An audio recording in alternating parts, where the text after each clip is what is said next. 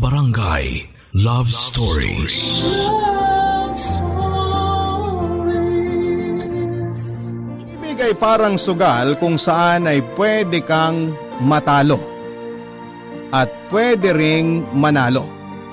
Kailangan lang talagang lakasan ang loob kung gusto mong tumaya kahit na alam mo na pwede kang maging dihado. Ikaw kapuso, naranasan mo na bang mawala ng mahal sa buhay nang dahil sa maling pagtaya mo sa laro ng tadhana?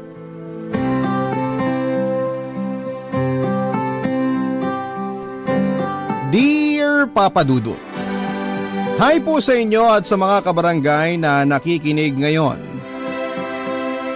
Itago niyo na lamang po ako sa pangalang Elma, 31 years old at taga Iligan City. Sobrang ganda kasi talaga ng mga kwentong inyong binabasa. Kaya naman nag-decide ako na sumulat din para makapagbahagi ng sarili kong kwento. Maaga akong naulila sa mga magulang ko, Papa Dudut. High school pa lamang ako ay binubuhay ko na ang sarili ko sa pamamagitan ng pagtatrabaho sa mga tindahan, palengke o kung saan paman. Hanggang sa makilala ko si Aldrin at maging boyfriend ko siya. Nasa tamang edad na rin naman ako noon kaya pumayag ako na sama na kami sa isang bahay na parang mag-asawa. Kaya lang doon ko siya mas nakilala at nakita ang pagiging mainitin ng ulo at pananakit niya. Mabisyo din po siya lalo na sa alak at kapag nalalasing ay doon siya mas nagiging mapanakit sa akin. Sinasampal niya ako, tinutulak, pabagsak sa sahig at nagiging marahas din siya pagdating sa kama. Tinis ko ang lahat ng yon, Papa Dudut. Mahal ko na kasi talaga si Aldrin. Saka ayaw ko nang maging mag-isa sa buhay. Masarap pala kasi yung may kasama ka tapos ay ramdam mong mahal ka. Mabait din naman minsan ang partner ko basta huwag lang siyang malalasing o kaya ay matatalo sa sugal. Dahil madalas na ako ang napagbubuhatan niya ng init ng ulo niya at lahat ng iyon ay tinanggap at tiniis ko lamang para hindi kami magkahiwalay, Papa Dudut.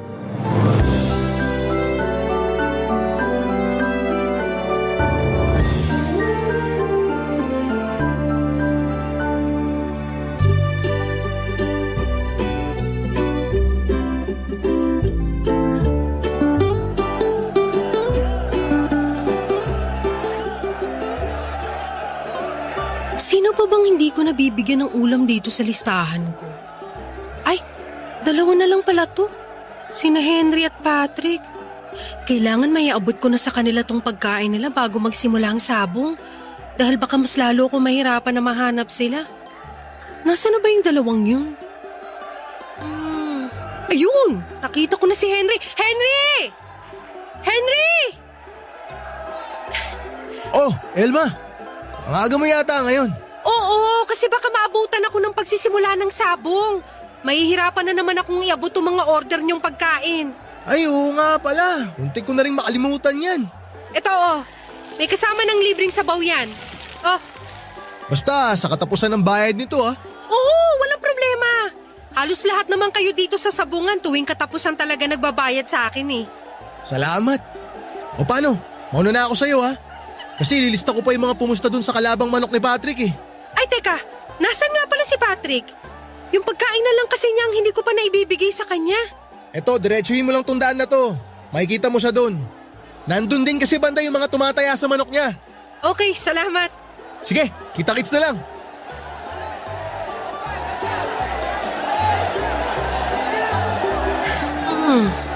Nasaan na kaya yun? Sabi ni Henry, nandito lang dapat banda yun si Patrick eh. Uy, Elma! Ay, pambihira naman, nakakagulat ka naman, Patrick! Nako, sorry. Hindi ko alam na magugulatin ka pala. Sino ba namang hindi magugulat kapag may biglang tumapik sa likuran mo tapos sinabayan pa ng malaking boses? Grabe. Hindi naman ganun kalaki boses ko Hindi nga, pero malakas ka namang magsalita. Pasensya na. Ito na kasi talaga yung boses ko. Sino nga pala yung hinahanap mo at parang nangahaba yung leeg mo? Sino pa? Eh di ikaw! Ako? Bakit ako? Eh kasi ikaw na lang yung hindi ko pa naaabutan ng order dito sa listahan ko. Teka lang nga, iayos ko ang order mo. Kailangan ko na rin kasing pumunta sa kabilang kanto sa may talyer para doon naman mag-deliver ng pagkain. Hala, nawala na pala sa isip ko yan. Dami kasi pumusta sa manok ko. Hindi pa nga ako nag-aalmusal eh. Kaya sigurado ako na mauubos ko agad ang dala mong pagkain. Hindi ka pa nag-aalmusal? Naku eto, dadagdagan ko na ng puto bongbong tong order mo para mas mabusog ka. Uy, sakto. Alam mo ba na swerte raw malagkit na pagkain bago ang sabong? Kasi pampakit ang panalo. Salamat Elma, ang bait mo talaga. Anong mabait? Kasama yan sa babayaran mo sa akin sa katapusan ng buwan. Walang problema sa bayad. Sulit naman yung ino-order namin pagkain sa'yo. Kasi lahat masarap. Teka, sandali. Ano yan? Parang ang laki naman ng pasamo dyan sa dalawang braso mo. Nako, wag mo nang pansinin to. Tumama lang naman to sa may kanto ng lamesa sa bahay namin. Sa akin ka pa ba naman magsisinungaling? Matagal ko na kilala yung kinakasama mo si Aldrin. Kaya alam ko na siya ang may gawa niyan. Hindi niya naman sinasadya na matulak ako ng malakas dahil sa kalasingan niya, yun lang yun. Kailan ka ba naman matatauhan, Elma? Dapat, hindi mo sinasayang ang oras mo dyan sa lasenggong boyfriend mo. Ang dami namang iba dyan na handa kang alagaan at mahalin. Huwag ka magtiis sa taong hindi ka naman kayang ingatan at pahalagahan. Alam mo, Patrick, masyado nang madrama yung sinasabi mo. Kunin mo na nga itong pagkain mo para makapag-deliver na rin ako sa kabilang kanto. O basta sa katapusan ng buwan ng bayad nito, ha? Papadudot nang magsama kami ni Aldrin sa isang bahay ay nag-decide ako na magluto na lamang ng ulam at iba pang mga pagkain para ibenta sa mga kalapit na school, talyer o sabungan. Dahil medyo madaldal akong tao ay marami kaagad ako naging suki. Nagustuhan din kasi nila ang mga tinda kong ulam na bukod sa mura na ay masarap pa. Isa nga sa mga suki ko noon ay si Patrick na madalas kong nakakausap sa mga sabungan kapag nagdi-deliver ako ng pagkain. Mabait siya at magaan kausap. Madalas din siyang nag-worry kapag nakakakita siya ng sugat o pasa sa balat ko. Matagal niya na rin kilala ang partner kong si Aldrin at alam niya ang tungkol sa pagiging lasinggero at mapanakit nito sa akin. Marami rin kasi kaming kapitbahay na nakakarinig kapag sinasaktan ako ni Aldrin, Papadudot. Minsan nga ay sumusugod pa sila sa bahay dahil sa pag-aalala sa akin kapag masyado ng malakas ang ingay na ginagawa ng pananakit sa akin ng partner ko. Pinapayuhan na rin nila ako na hiwalayan na si Aldrin o kaya ay ipabarangay ito, Papadudot. Pero hindi ko yon ginagawa dahil masyado ko na siyang mahal at ayoko na makulong siya. Hanggang sa mabuntis niya ako at iyon ang nakita kong pag-asa na baka magbago na ang partner ko. Kaya lang, Papadudot, mas lalong naging malala ang pagkalango ni Aldrin sa alak pati na ang pananakit niya sa akin. Lalo na nga nang matanggal siya sa trabaho at palagi na lamang siyang nasa bahay. Mas naging madalas ang pag-init ng ulo niya. Sa akin niya yon binubunton at talaga namang nasasaktan niya ako. At ang pananakit niya sa akin ang naging dahilan para makunan ako, Papadudot.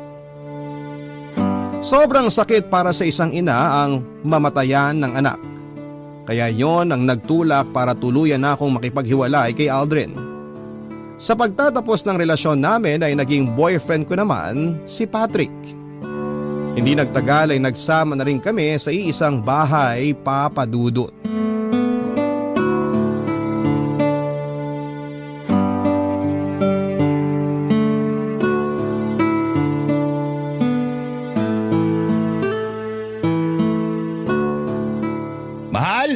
Nasaan ka? Nandito sa may likod ng bahay. Nagsasampay lang ng mga nilabhan ko. Nandiyan ka lang pala. Akala ko hindi ka pa nakauwi galing sa palengke. Konti lang din naman ang pinamili ko sa palengke kanina. Bakit naglaba ka na kaagad? Kasi nga maaga akong nakauwi at nakapag-ayos na mga pinamili ko kanina. Kaysa matambakan din ako ng mga labahin, inasikaso ko na mga to. Napakasipag naman talaga ng asawa ko. Ayoko lang matambakan ng mga gagawin. Pwede naman kitang tulungan dyan. Pero mapilit ka na ikaw lang ang maglalaban ng mga damit natin. Payakap nga muna ako sa asawa ko. Teka, mamaya na yan, mahal. Ito naman, parang isang yakap lang eh. Tapos ka na rin naman sa sinasampay mo eh. Pero maasim na ang amoy ko kasi hindi pa ako naliligo mula kaninang umaga. Ayos lang yan. Sanay naman na ako. Hoy, ang sama ng ugali mo ah. Biro lang. Pero alam mo naman na gustong gusto kitang inaamoy. Lalo na dito sa may kilikili mo. Tama na, lalo akong pinagpapawisan sa'yo eh. O sige na, titigil na ako sa pag-amoy sa'yo. Basta mamaya, ako naman ang amuyin mo ha. Oy, ang piling mo talaga, mahal. Pinapatawa lang kita. Kasi alam kong napagod ka sa paglalaba mo. Ang dami mong alam. Pumasok na nga tayo sa loob ng bahay at medyo mainit na rin ang hangin dito sa labas. Sakto kasi may dala ako masarap na ulam. Nilagay ko na nga pala doon sa lamesa natin. Wow! Ang dami mo naman yatang biniling pagkain, mahal. Madami talaga yan kasi may fried chicken, inihaw na bangus, dinuguan, saka ang paborito mong buko salad. Anong okasyon ba ang meron ngayon? Wala naman. Bakit parang kulang na lang eh? Magtawag ka ng kapitbahay na makikikain sa atin. Sa dami nito mga binili mong pagkain. Gusto ko lang naman kasi mag-celebrate kasi nanalo yung 2 manok ko sa sabong kanina. At syempre, ikaw lang ang gusto ko makasama sa pag-celebrate na to. Kaya naman pala ang saya-saya mo at may paamoy-amoy ka pa ng kili-kili ko. Kahit naman hindi na nanalo mga manok ko, gusto ko pa rin inaamoy ang maasim na kilikili mo. Ay, grabe ka naman mang asar, mahal. Ganon kasi ako magpakita ng pagmamahal ko. Dinadaan ko sa pangasar ko. Ay, naku. Mabuti pa maghahain na ako habang mainit-init pa tong mga ulam na binili mo. Sakto kasi nakapagsaing na rin ako ng kanin kanina bago ako maglaba. Kukuha na ako ng mga plato at baso para maayos ko na tong pananghalian natin.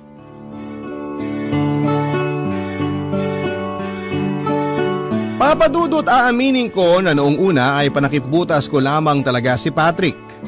Wala pa ngang 2 buwan nang nakakalipas mula nang maghiwalay kami ni Aldrin nang sagutin ko siya. Gusto ko lang din kasi talagang makaranas muli ng pagmamahal mula sa isang tao at ayoko lang din na mapag-isa sa buhay.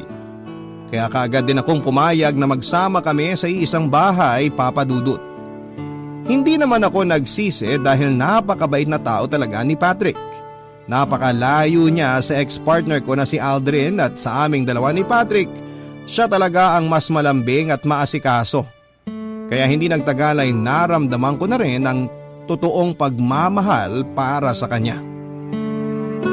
Ni minsan kasi ay hindi niya ako sinigawan o sinaktan. Wala siyang ibang pinaparamdam sa akin kung hindi puro pagmamahal lamang. Ang naisip ko nga noon kaya siguro ako binigyan ng Diyos ng pagsubok nang makunan ako ng dahil sa ex-partner kong si Aldrin ay para mas mabigyan ng daan ang kwento namin ni Patrick, Papa Dudut. Barangay Love Stories. Barangay Love Stories. Alaga na ginagawa ni Patrick sa mga manok niya. Hindi ko alam na grabe niya palang gastusan ang mga pagkain at vitamins na para sa mga yon. May trainer pa ang mga manok niya para mas maging matapang daw pagdating sa pakikipaglaban sa sabungan. At kinakausap niya rin ang mga yon na parang tao at palagi niya akong binibilinan na huwag gugutumin ang mga alaga niyang manok. Nakakatawang isipin pero parang mga anak na rin ang turing niya sa mga manok niya, Papa Dudut. Noong una wala naman akong nakikitang problema dahil bukod sa mga manok niya at sabong ay wala na siyang ibang bisyo. Nakwento niya rin, Papa Dudut, na minana niya ang pagiging mahilig sa manok o sabong sa namatay niyang tatay at lolo. Kinalakhan na raw niya ang pag-aalaga sa mga ito kaya hindi niya na rin nabitawan pa. Nagumpisa siya sa pag-aalaga ng sisiw at pagtaya ng maliliit na halaga sa mga sabong. Hanggang sa siya na mismo ang nagtayo ng sarili niyang breeding farm ng mga manok na pangsabong. Hindi niya raw mabitawan yon dahil talaga raw nakakaaliw ang mga manok na inaalagaan niya, Papa Dudut.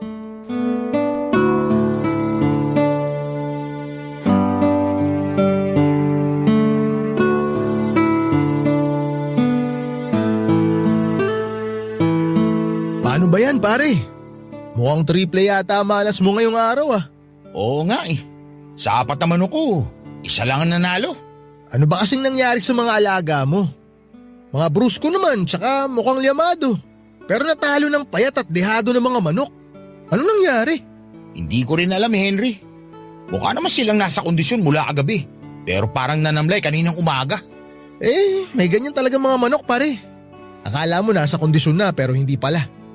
Alam mo, magandang ipasok yan sa nirarakit ko ngayon. Ha? Anong racket yan? At parang hindi ko yata alam. Confidential kasi tong racket ko na to pare. Pero dahil magkaibigan naman tayo, isishare ko na rin sa'yo. Malaking pera ba yan?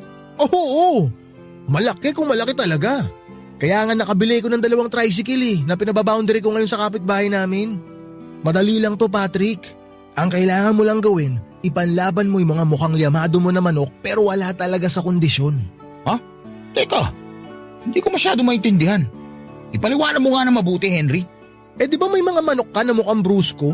Yung mga mabalahibo pero hindi naman talaga malaki? Oo, yung mga manok ko na mukhang malaki pero mahina pa dahil kulang pa sa vitamins kaya hindi ko pinanlalaban. Yun yung mga manok na kailangan ko. Kahit nga yung mga panabong mo na nag-retire na mga malapit nang mamatay, pwede yun. Ang gagawin lang natin dyan pare, ipananabong mo yung mga yon. Tapos sasabihin ko sa mga big boss ko na mahina yung manok na ipanlalaban mo. Kaya dun sila pupusta sa kalaban. Kapag nanalo sila, may 10% kagad ako ron. Tapos ibabalato ko naman sa iyo yung 5%. Malaking pera na yon pare. Teka, hindi ba pandaraya naman yung racket na sinasabi mo, Henry? Parang ganun na nga. Pero malaking pera naman ang pinag-uusapan natin dito. Piruin mo sa isang tao pa lang, kikita ka na ng 30,000. Hackfight pa lang yun o dun sa sabungan natin sa plaza. Pero kapag yung sabong ginanap sa bayan, mas malaking pera ang kikitain natin dun.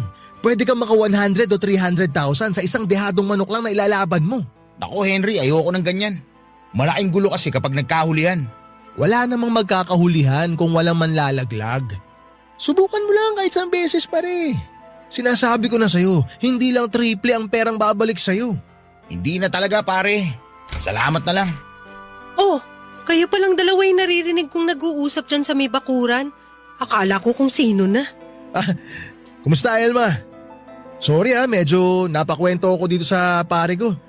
Pasensya ka na. Pero paalis na rin naman ako. Patrick, yung pinag-usapan nating racket Pag-isipan mo. Una na ako sa inyo. Sige. Bahala na. Ingat ka pare. Halika na sa loob ng bahay, mahal. Gusto ko na rin kasi magkape. Ano nga pala yung sinasabi ni Henry na racket? Tsaka bakit parang may narinig ako na pinag-uusapan yung dayaan sa sabong? Wala yun. Natalo kasi yung 3 manok ko kanina. Kaya binenta ko na lang doon sa may nagkakatay ng manok. Binalas ako kaya inalok ako ni Henry ng racket. Ipanlaban ko raw yung mga mahihina akong manok. Tapos yung mga big time na kilala ni Henry, doon niya daw papupustahin sa kalaban para manalo sila. Pero may malaking balato naman daw ako kapag dihadong manok yung ipinanlaban ko. Nakakatakot naman yung inaalok na racket ni Henry. Naku Patrick, wag kang sasama sa ganyang racket ha. Mas okay na tong matalo lahat ng manok mo sa malinis na paraan. Basta hindi ka lang mandaraya. Hindi ko na nga tinanggap, di ba? Saka pwede ba? Huwag mo nga sinasabing matatalo lahat ng manok ko. Minalas lang ako kanina kaya 3 kagad yung nalaga sa mga alaga ko. Bakit parang nagtataas ka ng boses dyan? Pinapaalalahanan lang naman kita. Ay naku, init ng ulo mo. Ubusin mo na nga lang yung kape mo at magsasaing na rin ako ng kanin para sa hapunan mamaya. Papadudod sa tuwing natatalo si Patrick sa sabong ay nag-iiba talaga ang mood niya.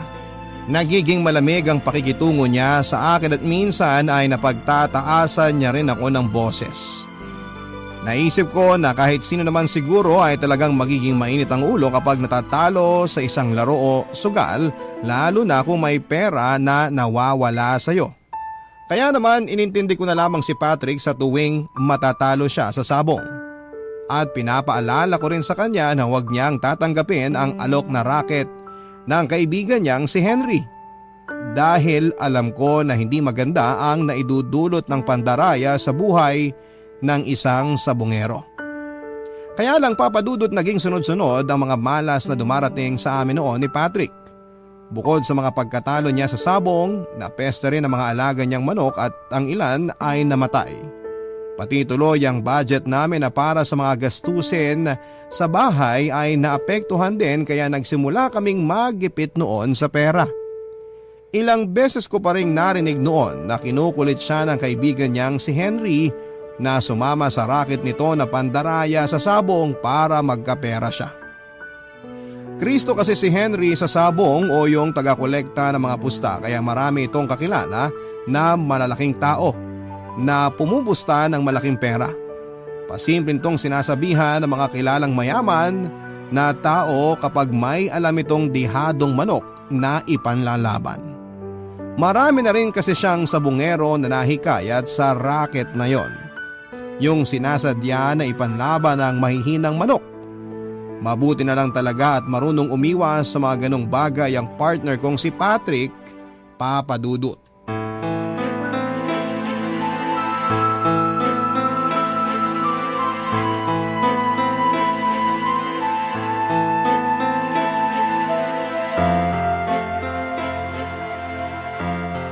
Elma?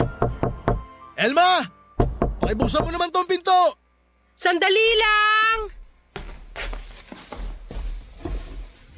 Anong meron at napasyal ka ng ganitong oras?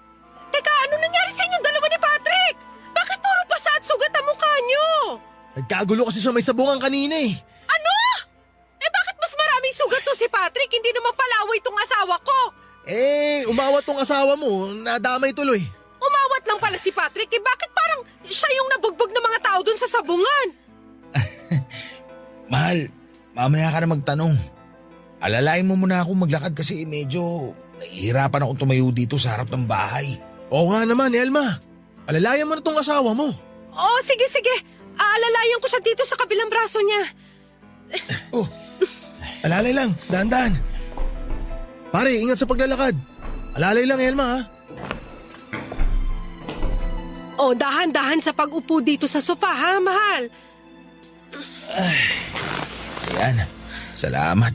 O teka, kukuha muna ako ng alkohol at bulak para malinisan yung sugat mo. O paano pare? Uuwi na rin ako ha. Baka nag-aalala na rin yung misis ko kasi kanina pa ako wala sa bahay namin. Dapat kanina pa ako nakauwi. Sige, ingat ka. Salamat sa paghatid sa akin dito sa bahay ah. Wala yun pare. O paano Elma? Ikaw nang bahala dyan sa kaibigan ko ha. Alis na ako. Okay, ingat ka. Grabe, ang sakit itong tagiliran at magkabilang hita ako. Ito talagang napuruan sa akin kanina eh. Lilinisan ko na ng bulak at alkohol tong sugat mo sa pisngi ha, mahal. Aray! Daan-daan, mahal. Ang sakit eh. Hindi ko pa nga masyadong nadadampi tong bulak eh. Sorry, alam mo naman na mahina ang pain tolerance ko eh. Bakit ka ba kasi nakipag-away? Kung alam mo naman na madali ka masaktan at magkasugat. Hindi nga ako nakipag-away. Nadamay lang ako sa gulo nila. Nakiawat lang talaga ako kanina. Ano bang gulo yung sinasabi ni Henry? Kasi, yung isang kasama ni Henry na Cristo rin, nahuling nagbibigay ng tip doon sa isang pupusta. Sinabi niya na mahina ang manok ni Kaloy at doon pumusta sa manok ni Vincent. Ayun, may nakarinig at pinaamin siya na may sabuatang naganap. Maraming nakaalam hanggang sa nagkagulo na. Umawat lang ako nung makita kong kinukuyog yung mga Kristo sa sabungan. Pero sa akin naman nila ibinunton yung galit nila. Kaya eto, medyo nabanatan ako. Ay nako, ayan na nga bang sinasabi ko. Wala talaga may dudulot na mabuti yung pandaraya na yan eh. Mabuti nga't hindi nilaglag ni Arman yung mga kasama niyang Kristo ng daya rin. Mas malaking gulo yun kapag nagkataon. Alam mo mahal, parang napapadalas na yata ang away dyan sa sabungan nyo. Di ba nung nakaraang buwan lang, may muntik na magsaksakan kasi dinaya raw ng referee yung isang mananabong? Tapos ngayon naman, yung mga Kristo ng sabungan na nagkakagulo. Nagkakaroon lang naman ng problema kapag may dayaang nangyayari. Pero hindi naman mawawala ang mandaraya sa mga ganyang sugal o sabong. Lalo na't nagkalat ang mga gahaman na tao. Mahal, baka naman pwedeng itigil mo na yung pagsasabong mo kasi parang gumugulo lang ang buhay natin dyan eh. Alam mo namang hindi madali para sa akin na bitiwan to. Lalo na't minana ko pa to sa lolo tatay ko. Huwag ka mag-alala. Iiwas na lang ako sa mga ganong klaseng gulo. At pangako ko sa'yo, hindi ko talaga gagawin ng mandaya para hindi ako madamay sa kanila. Papadudot na realize ko na sa isang relasyon ay hindi po pwedeng yung puro pagmamahal lamang ang umiiral o nangingibabaw. Lalo na nga kung nagsasama na sa isang bahay ang dalawang tao na magkarelasyon. Maraming bagay ang dapat na isaalang-alang at pagtuunan ng pansin. Kasi totoo naman yung sinasabi ng iba na hindi tayo mapapakain at mabubuhay ng puro pagmamahal lamang. Kailangan na kumayod tayo, magtrabaho o maghanap ng kung anumang pagkakakitaan kung gusto talaga nating tumatag ang isang relasyon. Nakita ko naman yon sa partner kong si Patrick. Kagaya ng nabanggit ko kanina, bukod sa bisyo niya na pagsasabong ay wala na akong iba pang marireklamo sa ugali niya dahil ni isang beses ay hindi niya ako sinaktan, Papadudot. Nagkataon lang talaga na magulo ang nakasanayan niyang hanap buhay at masyado niyang ginugol ang oras at buhay niya sa pagsasabong kahit may iba pang paraan para kumita siya ng pera. Pero naisip ko noon na hindi ko naman siya basta na lamang iiwanan nang dahil lamang sa bisyo niya, Papadudot. Barangay Love Stories. Barangay Love Stories. Papadudot, pagkatapos ng gulo na nangyari sa sabungan kung saan ay nabugbog ang partner kong si Patrick ay nabalitaan na lang namin ang biglang pagkawala ng ibang sabungero sa lugar namin. Ang sabi ng mga kapitbahay ay bigla na lang daw hindi umuwi ng mga bahay ng pamilya nila ang ilang kaibigan ni Patrick at kasamahan sa sabong. Labis na nag-alala ang pamilya ng nawawalang sabungero at kahit ako ay nag-worry rin para sa partner ko. Sinabi naman ni Patrick na ang nawawala raw na mga kaibigan niya ay kilala raw na nandaraya sa sabong. Kaya wala raw akong dapat na ipag-alala sa kanya. Ni minsan daw kasi ay hindi siya nandaya sa sabong kaya malinis ang konsensya niya. At mabuti na lang daw at hindi niya tinanggap ang racket ng pandaraya na inaalok sa kanya noong kaibigan niyang si Henry at ng mga kapwa niya sa bungero. Ganon pa man ay naaawa pa rin ako sa pamilya ng mga naiwan ng nawawalang sabungero. Ayoko kasing dumating ang araw na maranasan ko ang hirap at sakit na nararamdaman nila. Ayokong bigla na lang ding maglaho ang pinakamamahal kong si Patrick, Papadudot.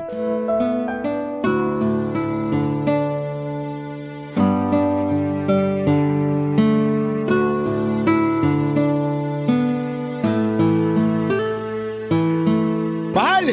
Mahal! May maganda akong balita! Ano yon? At parang masyado ka namang excited dyan. Tingnan mo nga pinagpapawisan niyang leeg mo.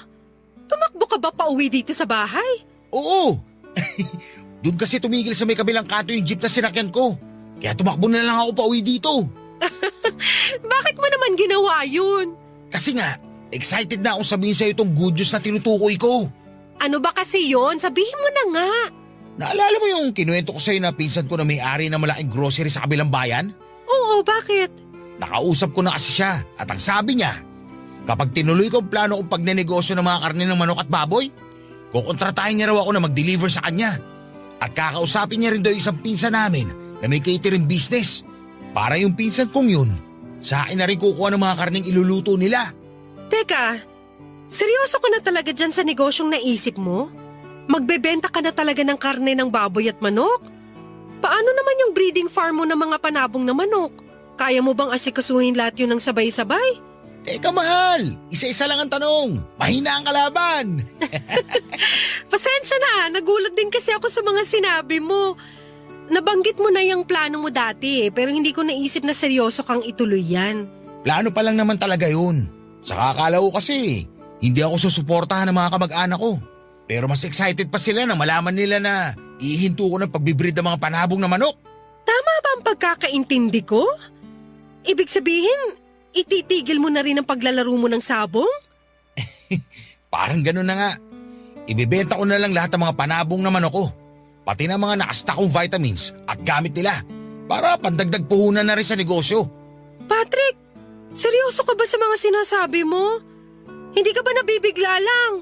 Baka kasi mamaya bigla mo ring bitawan ng negosyo ng manukan at babuyan para bumalik sa pagsasabong. Matagal ko na itong pinag-isipan, Elma. Hindi ko lang talaga madalas na sinasabi sa'yo. Kasi ayoko na pasahin ka tapos hindi ko naman pala itutuloy. Pero ngayong desidido na ako na gawin to, itutuloy-tuloy ko na talaga to. Sa totoo lang, ayoko na rin kasing madamay pa sa gulo ng mga taong nawawala ng dahil sa sabong. Ayoko mapahamak ako. Mas lalong ayoko na pati ikaw madamay pa ron. Baka ang ibig mong sabihin ako at ang magiging anak natin. Ha? Ano sabi mo? Magiging anak natin? Tama ba? Tama ba yung narinig ko? Oo, hindi ka nagkakamali. 2 buwan na akong hindi dinadatnan. At bumili ako ng 2 pregnancy test kit. Ginamit ko rin yun kaninang umaga paggising ko. Parehong positive ang lumabas na resulta. Diyos ko! Ang ibig sabihin, magkakaanak na tayo? Oo nga! Magiging tatay ka na at magiging buo na ang pamilya natin. Diyos ko! Salamat po! Salamat po talaga! Salamat at magiging tatay na ako! Ang saya-saya ko! Mga kapitbahay! Uy, ano Magiging ka tatay ba? na ako! Buntis na ang asawa ko! Magiging tatay na ako sa wakas! Woo! Papa Dudut, nakita ko ang malaking pagbabago sa partner kong si Patrick mula nang bitawan niya ang pagsasabong. Naging magaan na ang pag-uusap naming palagi at hindi na naging mainitin ang ulo niya. Alam ko na hindi madali ang kanyang mga ginawang desisyon kaya laking pasalamat ko talaga na ginawa niya yon para sa akin at sa magiging anak namin. Pakiramdam ko noon ay nagsimula na ulit sa umpisa ang relasyon naming dalawa lalo na at pareho kaming nangangapa sa negosyong babuyan at manukan na sinimulan namin. Mabuti na lang at marami siyang kamag-anak na supportive sa negosyo namin. Kaya kahit papaano, hindi kami masyadong nahirapan. Pareho rin kaming excited talaga sa magiging anak namin, Papa Dudut. Kasi matagal na rin namin gusto na maging isang totoong pamilya. Kaya kaagad na rin kaming nagpakasal sa Huwes ng taon na yon. Pagkatapos, inasikaso na namin ang lahat ng para sa magiging anak namin. Check up ko, vitamins at mga gamit ni baby kahit nasa tiyan ko pa lamang siya. Pareho rin kaming nagpakasipag sa negosyo para na rin sa future namin bilang isang masayang pamilya kasama ang aming anak, Papa Dudut.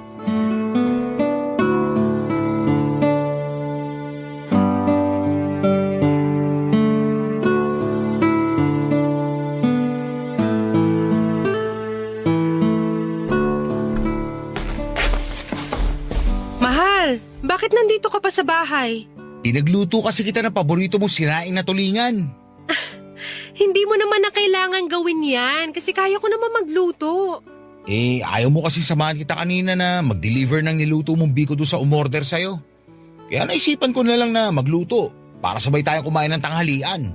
Hindi kita pinasama kasi nga kailangan mo maglinis kanina ng mga kulungan ng alaga nating baboy at manok.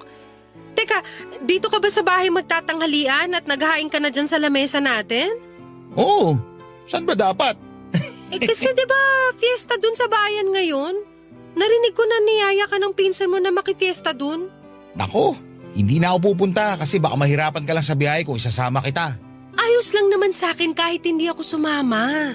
Ayun na nga mahal. Kaya ayoko rin pumunta kasi alam ko hindi ka sasama. Ayos nga lang sa akin na maiwan dito sa bahay. Kahit naman hindi pa ako buntis nun, hindi na talaga ako mahilig makifiesta. Tsaka 'di ba, may magaganap na championship ng sabong mamaya sa bayan? Oo. Ba't hindi ka pumunta dun para manood? Ha? Teka, okay lang sa'yo na pumunta ako doon? Oo naman. Manunood ka lang naman dun, di ba? Tsaka malaki rin ang natulong ng pinsan mong yun sa negosyo natin. Okay din na magpakita ka ng konting suporta sa kanya mamaya. Tsaka alam ko rin na gusto mong pumunta doon. Kasi di ba taon-taon mong inaabangan ng championship ng sabong sa bayan?